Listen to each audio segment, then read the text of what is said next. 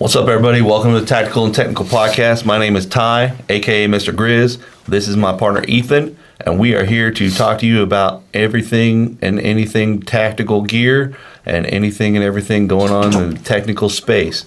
We're talking AI, we're talking technology, we're talking plate carriers, we're talking cigar holders, anything and everything you can think of. Plus, we might just talk about a bunch of other random crap, too.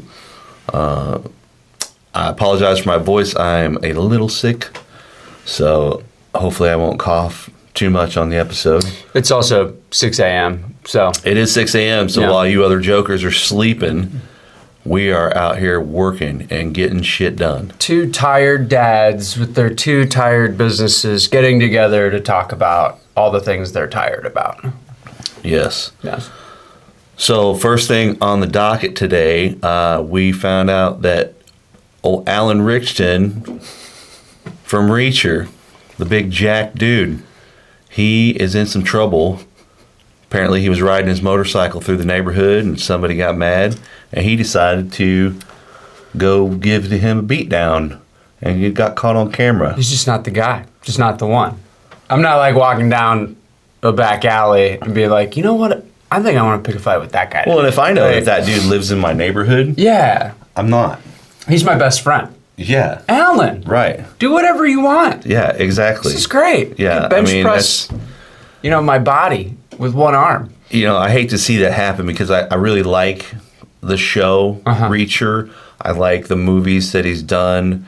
He's your typical typecast, muscle-bound dude, but I think he's good. I mean, Blue Mountain State, I don't know if you saw Mountain State. He's so funny in Blue Mountain State.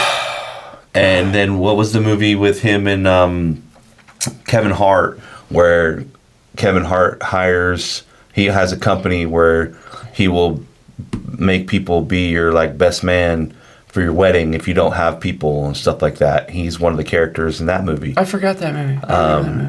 And I just remember the name of the package that the guy bought was the Golden Tuxedo. That's funny. And Alan Richton's character had a stutter, but he was funny. So he's super funny, super serious. He plays good roles. That Castle's probably the greatest sports content of all time. That Castle from Blue Mountain State. Oh yeah, absolutely. I mean, he's funny. I love cocaine.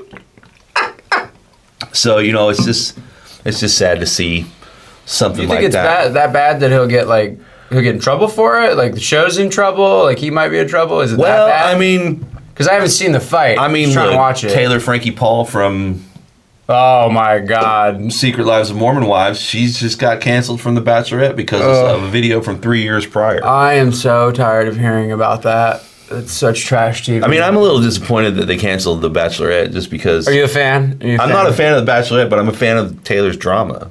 I mean... My wife watches the show, so therefore I have to watch the show. And so is it like this for you? Like, I don't like that trash TV, but when my wife makes me watch it, I love hating it. Like, I absolutely adore. Well, and I get forced into the episodes, and then I've become, invested in it. Yeah. So I don't want to see what happens. I don't know everything about everything, but same thing with my wife. It's like, I love hating these people. I love it. You seen all the? We just have to talk about this. Have you seen all the hate for that guy Jordan? I think is like the most. Oh yeah. Oh my God.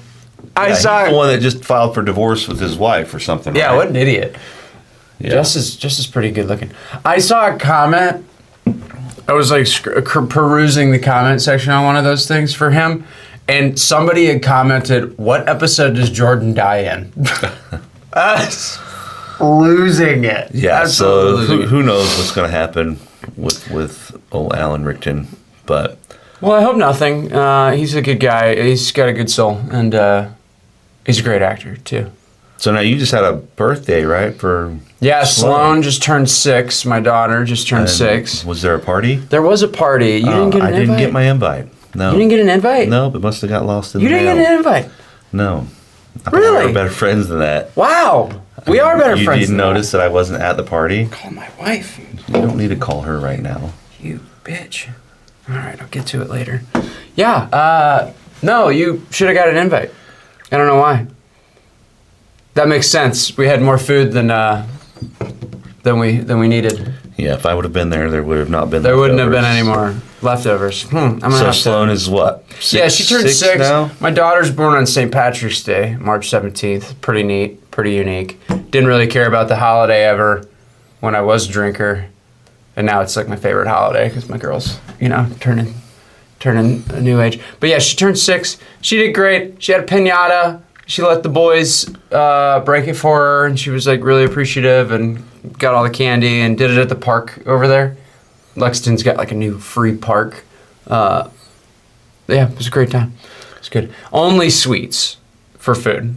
My wife, hostess with the mostest, only brought sweets. Brownies and cupcakes. That's good. Kids don't need to eat healthy all the time. I hadn't eaten breakfast though. We got there at like 10 o'clock and I hadn't eaten breakfast. And I was like, all right, so I'm gonna get some food now. And yeah, it's just like chocolate covered Rice Krispie treats, chocolate covered marshmallows with sprinkles on it. It was a rainbow themed birthday. Never seen a rainbow themed birthday. But yeah, everything was just extremely colorful. And so my breakfast was cupcakes and marshmallows. Yeah, I bet it was really nice. It was really nice. You should have been there. You and your beautiful family. Speaking of your beautiful family, did your wife piss you off or something? You've had a lot of funny TikToks lately about funny little notes about your wife. I love my wife to death. My wife is an amazing person. She is what you would consider an OG gangster. Okay. When it comes to just everything. A little redundant, but that's okay. In general, dude, she's a beast, man. She takes care of everything. There's always the little things, though, I'm not allowed to load the dishwasher because I don't load it properly. How do I get that perk? How do I get that? Just load it wrong. How do I lose permission to load the dishwasher? Just load it wrong. Load it wrong. Load it wrong. Yeah, but there's always little things, right? Like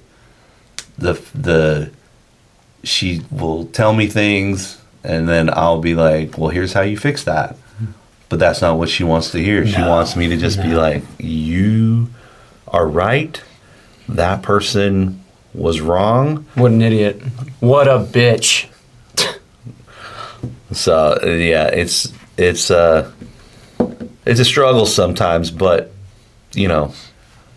I put her through quite a bit. Yes, myself. Yes, you do. Your wife's pretty cool. So, tell me about what's going on with close quarters marketing. What are you guys working on right now? Okay, so Scout Snipers and Army Snipers both have their annual fundraisers going right now. So hold on one second. The Scout Snipers, we're talking about the USMC, Marine Scout Sniper Association. The Scout Sniper Association is... Shout out JT, Steve. What would you consider... So the Sniper Association is active duty Marines and retired Marines. Mostly retired. Mostly retired. Mostly veterans now, right? Because the Scout Sniper MOS has gone away again. It's what the Marine Corps refers to as a war. Hold on, what's the MOS? Oh yeah, sorry. Real quick, I'm not military. Ethan is a retired Marine. So I'm not retired. I thought you. No. What do you mean you're not retired? I'm a veteran, Marine veteran. Yeah. What is that? Retired. What's the difference? Retired is when you got to go like 20 years. To be okay. Retired. So this happens a lot. Marine Ethan and I will start talking about military stuff, and he starts bringing up acronyms, and I don't understand what they are, so he has to explain them to me. Yeah. So there we go. I just learned something. We'll pull it all the way back. Close Quarters was built as a marketing agency for the military and veteran nonprofit community, right? So started going after some business, found the USMC Scout Sniper Association, our first partner at Close Quarters. So their MOS, their military occupational something. I think that's literally it. I think it's military occupational something. Their job was 0317. Infantry being 03. Scout Sniper being 17, so 0317, right? Most of them are veterans. They have served, and because the the MOS, the job, is gone now. The Marine Corps got rid of it. It's not new. The Marine Corps got rid of the job multiple times over the last 200 years. But it's really like a wartime job. Like, they'll bring it back whenever we go back to war, and then they'll turn it off when we're out, and we'll get, all the things. But yeah, they have their annual raffle going on right now. They do one every year. They have for the last 10 to 15 years. They raffle off a bolt gun. This year, it's a Barrett 50 cal. It's a M82A1, which is like the first Barrett that they made. No, I'm sorry. It's not the first Barrett that they made. It's the first Barrett that Marines fielded ever. It's the first, because we got it first, I'm pretty sure. Yeah, we got the M82 first before the Air Force or the Army or the Navy. And so we fielded it first in OIF and OEF, Operation Enduring Freedom, Operation Iraqi Freedom. But yeah, the thing made like $8,000 in the first 24 hours. It's like, I'm always blown away by how much they can do with so little, but they've been doing it for 15 years, right? So like the customer base is like so baked in, like they know it's coming, They've had, really wild success in social media with like 113,000 followers on Facebook, up to 40,000 followers now on Instagram. They've grown like, 75% since we started working together in following numbers. So really hoping to see the numbers grow revenue-wise for the raffle. But I'm definitely getting some. So, but anybody can go buy the raffle tickets? Anybody. Yeah, we have a bunch of good questions about that in the comment section too, which is, it's understandable to ask, but no, anybody who, the Scout Sniper Association likes to say, anybody who supports our Scout Snipers is welcome to buy a ticket. They got to follow like all the laws of the land, when it comes to like the state in which that person wins it in, right? So they got to, like California, New York is going to be a tough one because you can't own a 50 cal in California and New York. Gay. I know, it's really lame. That thing will cover, have you seen a picture of it? Mm-hmm. You seen the professional photos that Steve's wife did? Yeah. That thing will cover this entire table. It's ridiculous. Like, I think it would be cool to have. I'm going to be honest with you, like, I'd probably just ask for the cash. Just be like, you can have it. Like, it's probably like 15 grand. It's probably like the guns, like, it's got to be anywhere from like 9 to 12. And then they put a Night Force ACAR scope on it. It's like another $4,000 or $5,000 scope. Like, it's anywhere from $15,000 to $20,000 gun altogether before the custom Cerakote job that they put on it. I'll probably buy a ticket. But I had a buddy tell me that he would put it up on like a mantle, and then we started getting into the numbers of it, and he's like, "Yeah, I don't think I want to do that." Just like pretty much putting like a stack of $15,000 in cash just up on your mantle, like. Yeah, I don't think that's gonna work out. Yeah, but could you imagine it sitting on your mantle? Oh no! Somebody break into your house and you'd be like, "Oh yeah, no, yeah, just hip fire." I get to use my Second Amendment. That would be really painful and really loud in the house, but worth it. Worth the eardrum surgery needed afterwards. But yeah, things are going good in close quarters. What about Digital Mayhem? You've got top technical, right? I'm the tactical, right? Big idea, marketing strategy. What are we gonna do? Where's the target market? How are we gonna implement it? And then Ty's the guy that actually does all the work, right? And builds all the tech and tools that are gonna go make sure that happens. So you've been working with OpenClaw a lot lately. You keep chattering to me about OpenClaw. Yes. OpenClaw. So if you what don't are you doing know, now? If you don't know out there, OpenClaw is a new AI agent open source tool that allows you to build autonomous agents to do tasks for you, which is really cool, kind of scary at the same time. I've seen people, and I don't know if this is true or not, a lot of stuff you see out there on the internet, there's a bunch of crap. First of all, you can trust anything you see on the internet. Yeah, for sure. Especially today. Yeah, 100%. According to my grandma, Yeah, it's all legit.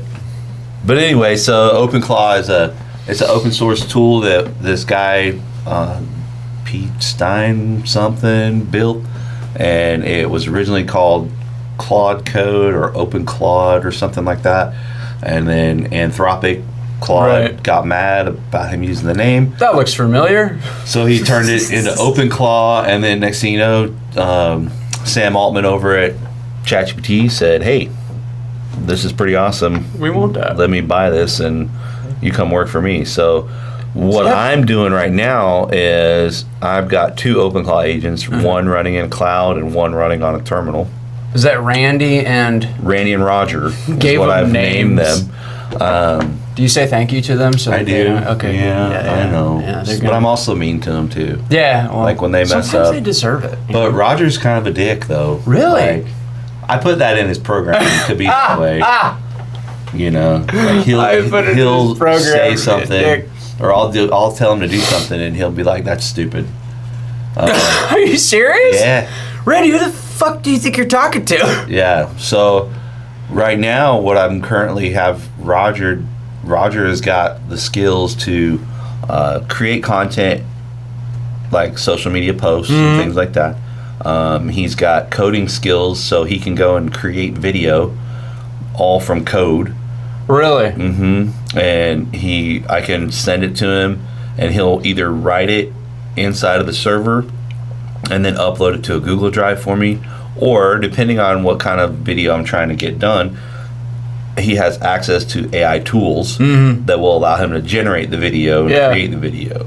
So that's been the kind of the focus right now. All the social media people out there are saying, you know, it's so easy to install. It's one click, copy and paste this line of code. Yeah, I heard. And it's not, man. It took me just to get him up and running and communicating through Telegram. I mean, it took a week. Yeah. A few hours a day to get done. You know, now some people... that's the pitch, right? It's like, look how easy it is, and then they go see how it's not, and they're like, oh, convenient. Yeah. I have a service to, do that or teach you how to do that or whatever. So, but the big thing I'm doing now is I have Roger set up as the CEO, and he has all these skills, right? So he can do all the jobs, but instead of making him do all the jobs, I've built out a sub-agent system inside of N8N and Lovable. So I have a front-end dashboard in Lovable, and then you have Roger, who then has 4 sub-agents underneath them.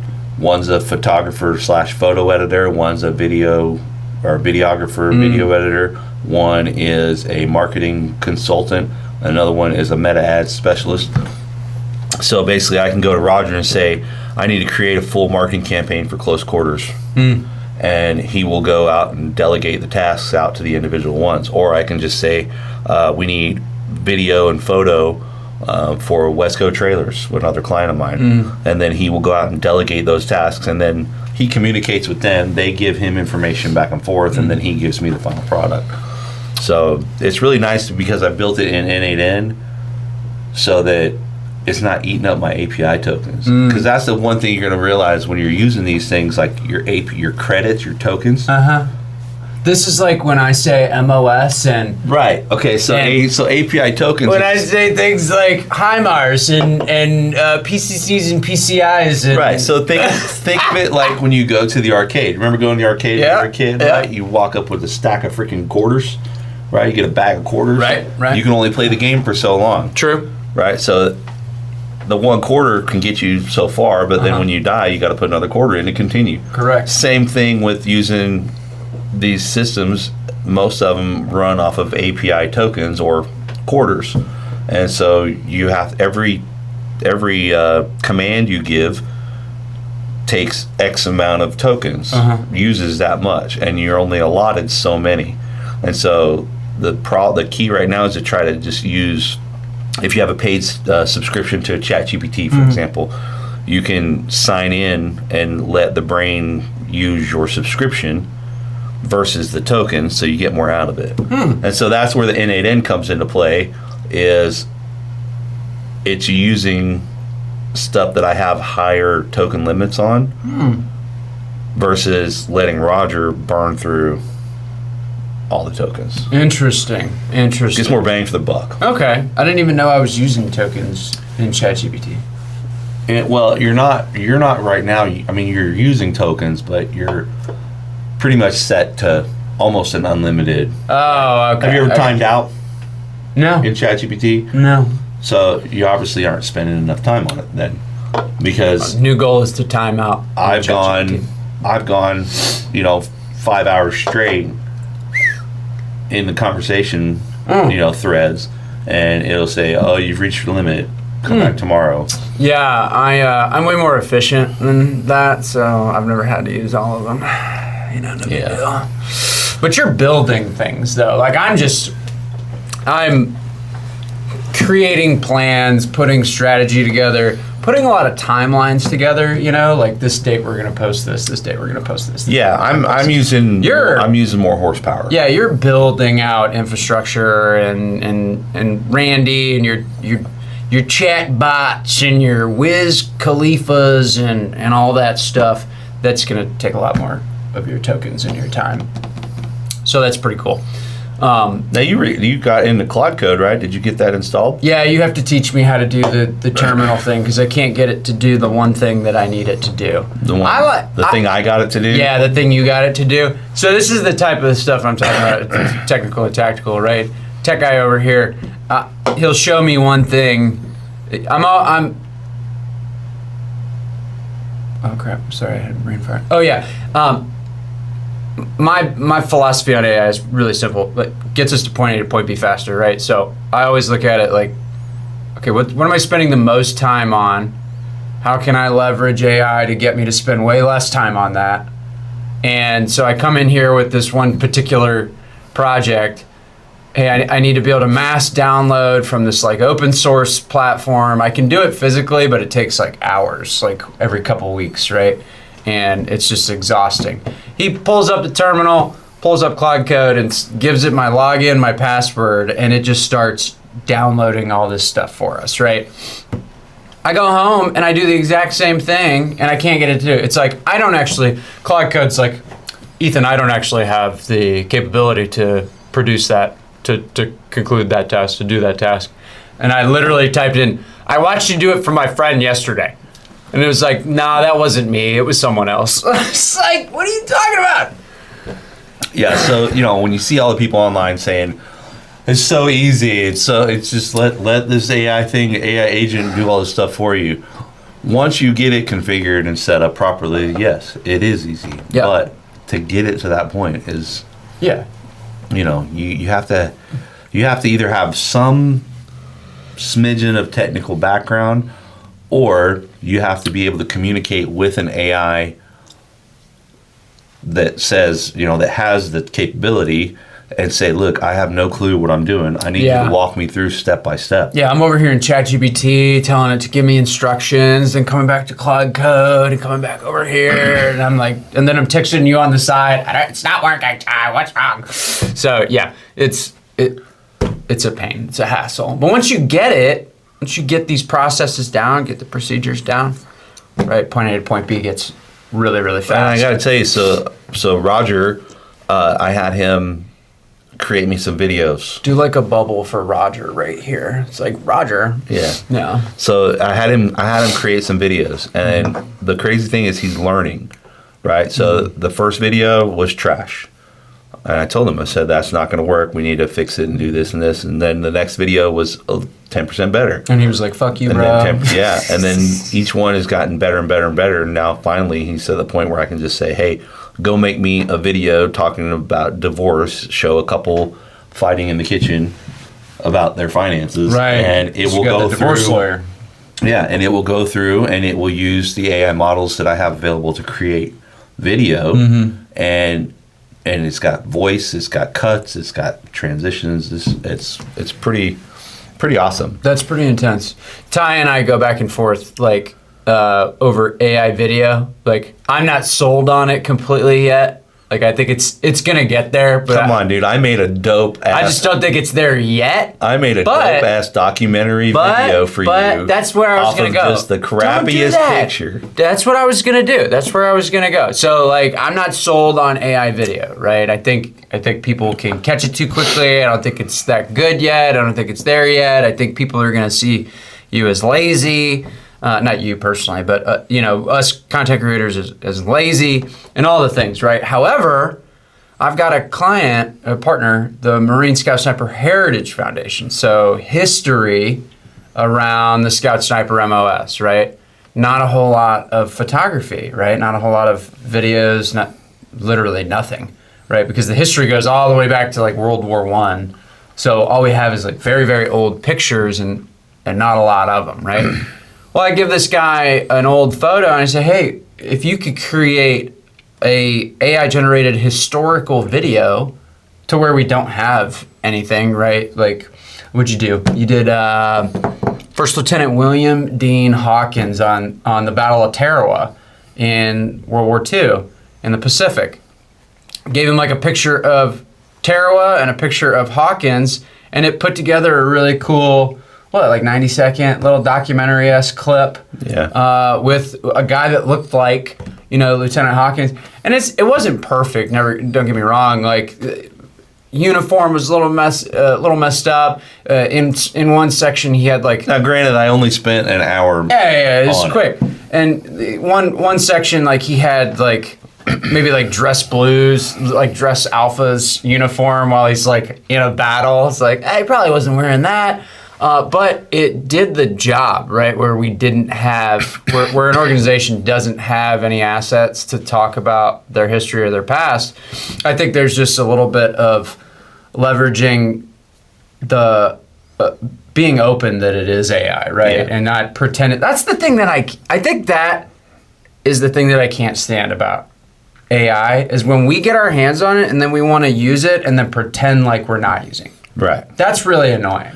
Look, man, I have a video I did for a client of mine. It's 8-second video. Him and his dog getting off a ski lift. 31 million views on Instagram. 60% of the comments are they think it's real. It's so unsafe for the dog. Yeah. Right?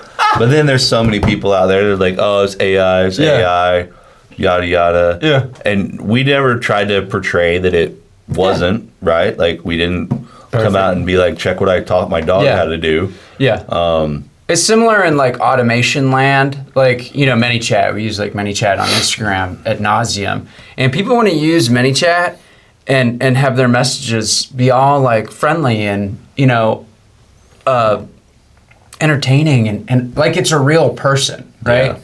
Yeah. I don't do that at all. Like, it's not a real person. And the moment they figure out it's not a real person, like there's distrust and annoyance and like all this stuff, right? So we're just open about it. Like, this is an automated message. Thanks for following the Scout Sniper Association. Sure. You know what I mean? And we see a lot more open rates that way. Like, like these dudes don't have time to monitor their inbox 24/7 for their 150,000, followers. Mm-hmm. Yeah, of course they're using an automation. So that's really where it gets annoying for me is when we want to use automations and AI, but pretending like they're real. It just makes customers feel like you think they're stupid, you know? So, but I like the stuff that you're doing and I like where you're going. What is all this we got here?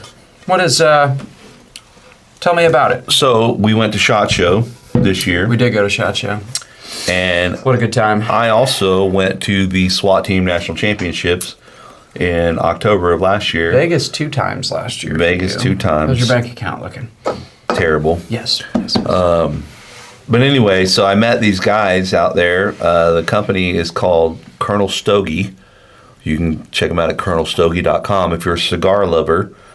These guys make these really cool cigar products. So what I have in my hand here is what's called their Stogey Mag. So if you look at it, it looks is like a Barrett 50 cal mag. That's what it's designed to be. It's designed to look and represent a rifle magazine. And so when you pop the top off on it here, it holds... It's got cigars in it. Cigars in it, and they come popping out just like bullets. It's definitely a gift for a man who has everything. Yeah, it's for sure. Look, it's one of those things you can, it's good for the man cave. Yes. They actually make a holster for it. Yeah, that's right. So they make a holster for it, and they were also saying that this is actually a little dehumidifier in itself. Yeah. So on the bottom of it here, you slide this out. Just like that's just like. And the little humidifier pack goes in there like that. That's just like a Barrett magazine. That's funny. And then you lock this back in. Wow. That is really cool. Yeah, I see. So it'll hold I think 6 cigars. Yeah, I think I have 6 in there now.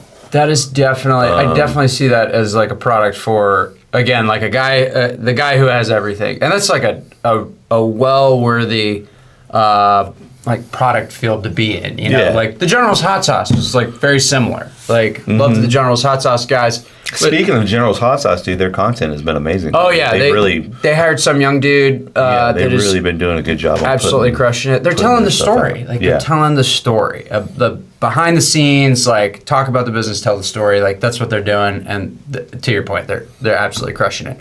But you know, $15, $16 bottle of hot sauce. You know, like not a lot of people are going to buy that. You know, some of it's going to sit on a shelf. Some of it's for like your hot sauce connoisseur, you know, friend, a great gift.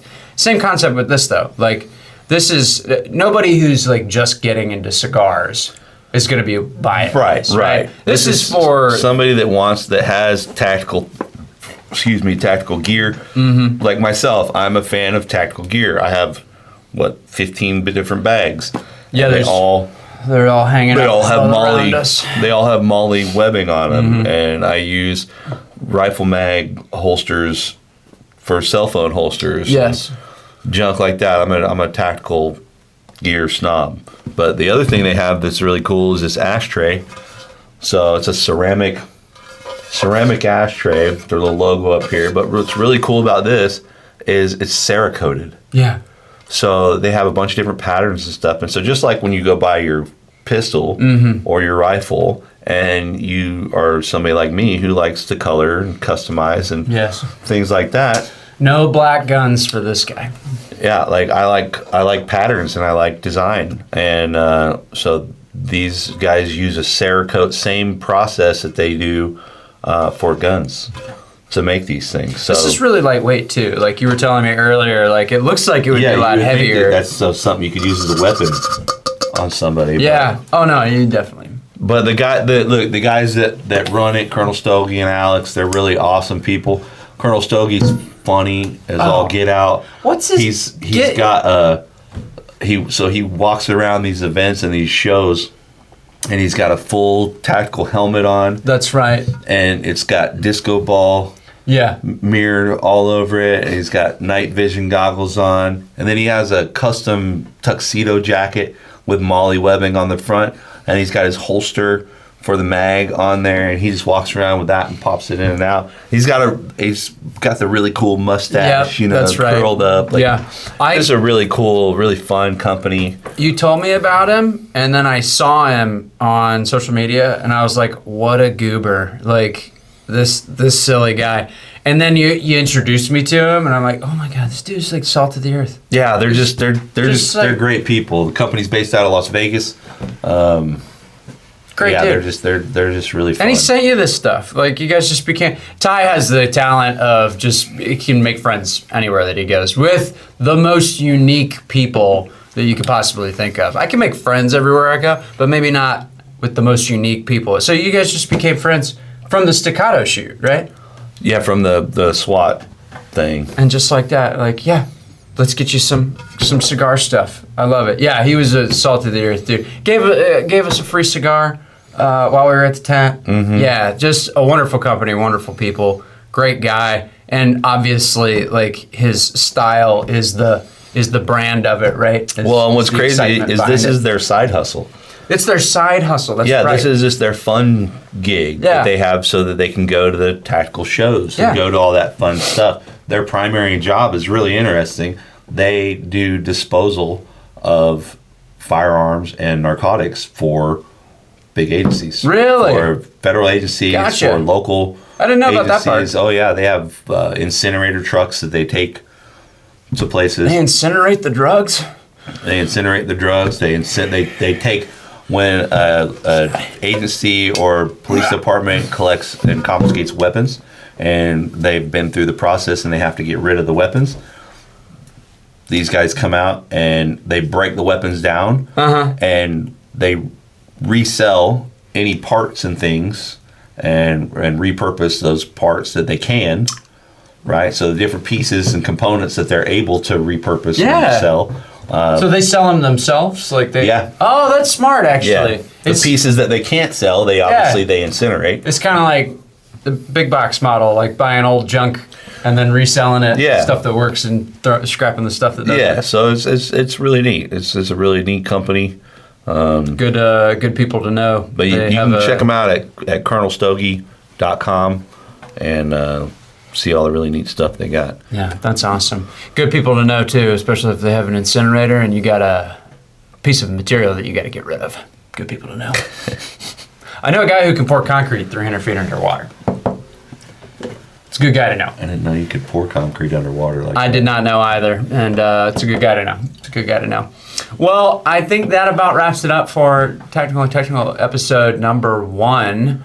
We're gonna figure out, how we end the show. What